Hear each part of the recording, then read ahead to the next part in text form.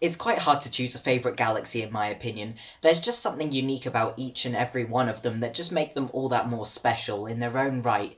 But I'd say this one is definitely in my top 3 at least, and hopefully it might be one of your favourites too. Hello all and welcome back to the channel. Today we're going to be discussing my favourite active galaxy, the Teacup galaxy. We're going to be discussing its interesting features such as its morphological characteristics and things about it, and not only that, just why I like it essentially, and hopefully I'll convince you too. Just to preface this, I am going to have some pictures of the galaxy pop up onto the screen for your viewing pleasure, but I've also got pictures of the galaxy on my laptop as I'm filming this video so that I can look at the galaxy and point out specific features and essentially guide the conversation as we're going along. So the Teacup galaxy is an active galaxy that is within the constellation Boötes, which conveniently is also my favourite constellation. So moving back onto what I said about it being an active galaxy, it is essentially a Type 2 quasar, which is an elite class of active galaxies which have extremely luminous and powerful central engines powered by the accretion of matter onto the supermassive black hole. The opposite of an active galaxy, so a quiet galaxy, is usually called a quiescent galaxy, and the Milky Way is an example of that.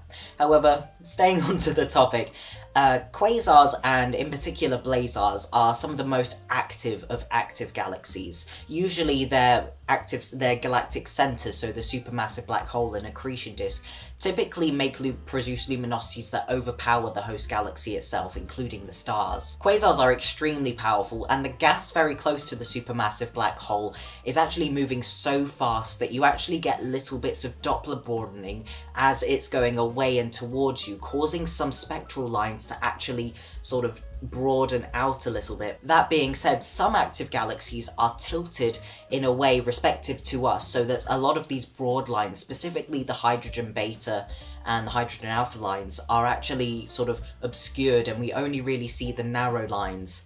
And so those kinds of galaxies are called Type 2 galaxies, which the Teacup galaxy is. So upon inspection of the Teacup AGN, we can actually see two main features, or at least I can see two main features. We've got the big central core and a tidal tail on the left side. That's the lovely green structure, the green loop essentially. However, if we actually look into the radio, we can actually see that there are two loops tracing out two radio bubbles, one on each side. If we take spectra of these radio bubbles, we can actually see that they have particularly high amounts of hydrogen alpha and O3, which I think is doubly ionized oxygen, in their spectra, which I'll come back to later. The bubbles themselves have diameters of about 10 to 12 kiloparsecs, which both of those, they're just under half the diameter of the Milky Way each. So while the AGN itself and the core is quite small, the actual extent of the galaxy is quite impressively large. We can also see that lovely, strikingly green tidal tail, and there's actually a smaller loop on the other side too, where the other radio bubble. Tidal tails in galaxies are a really good indicator that the galaxy has undergone merging in its past with another galaxy. The antennae galaxy are actually a really good example of merging, because you can actually see like two distinct galaxies. Typically with the evolution of the universe, all of the matter is actually sinking into these galaxies and sort of getting drained out from big voids. However, tidal tails are actually one of the very few ways that material can actually be ejected out of the galaxy and go back into the interstellar medium. So the tail and the bubbles are actually pretty typical for a starburst galaxy or just an AGN in general. The bubbles are likely actually from disturbances from the ionized gas within the galaxy. There's actually a very similar but way more distant and way more radio loud AGN, which I don't remember its name, but I know it begins with MRC 0406, I think. And that's actually a really good example of very similar galaxy but far away. The Teacup galaxy is one of the few galaxies I've seen that's an active galaxy making their transition over to a quiescent galaxy like the Milky Way. I haven't seen any paper really confirm this, but my guess is that because it merged in the past, merging typically essentially reactivates the galaxy a little bit, and so my guess is that when it underwent merging, it sort of got a little bit of reanimation, if you will, and it got a little bit more active in a way and sort of like restarted the central engine, and then it got that little burst of activity and now it's slowly cooling back down, back to quiescence. But I don't know. And with that brief kick of activity emerging, it would have also produced the loops, which would also explain the, the ionized disturbed gas. So why is it my favourite? One, it is within my favourite constellation, Boötes. I know that's technically not a feature of the galaxy itself, but it's still important to me. Two, it's an example of a galaxy merger, we think, and it has lots of large outflows that push material back into the interstellar medium, so I find that quite fascinating just in and of itself.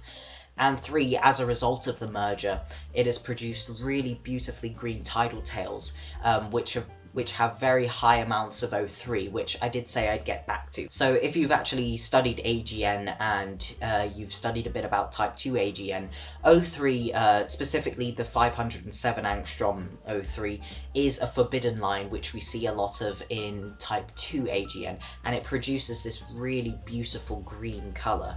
And if you combine that with the hydrogen alpha, which is a little bit more on the red side, it creates this really nice sort of Scheele's green, or like a spring green, which is my favourite colour. So that plays a really big part as to why the AGN is my favourite. Also, fun fact, Wolfram Alpha, the website that I use it to help solve complex integrals and stuff, but it does way more stuff. I had no clue, but if it can actually tell you the colour of specific wavelengths and show you it. So if you search up things like colour of 500 nanometer light, which is the O3 wavelength, you can actually get the colour of the oxygen, which is a really beautiful sea green. I had no clue that Wolfram Alpha did that. That is absolutely amazing. And my fourth reason for why I love this AGN so much is that, well, it's shaped like a teacup, and I love my tea. I have so much tea in my kitchen, like a whole cabinet full of different types of tea, so many different tea caddies and everything. And so, of course, it being the Teacup AGN and also being green, of course it had to win my heart. Well, there you have it. That's my favourite AGN. I don't think I have a favourite quiescent galaxy, although I'll have to do a lot more digging for that because there are so many beautiful quiescent galaxies.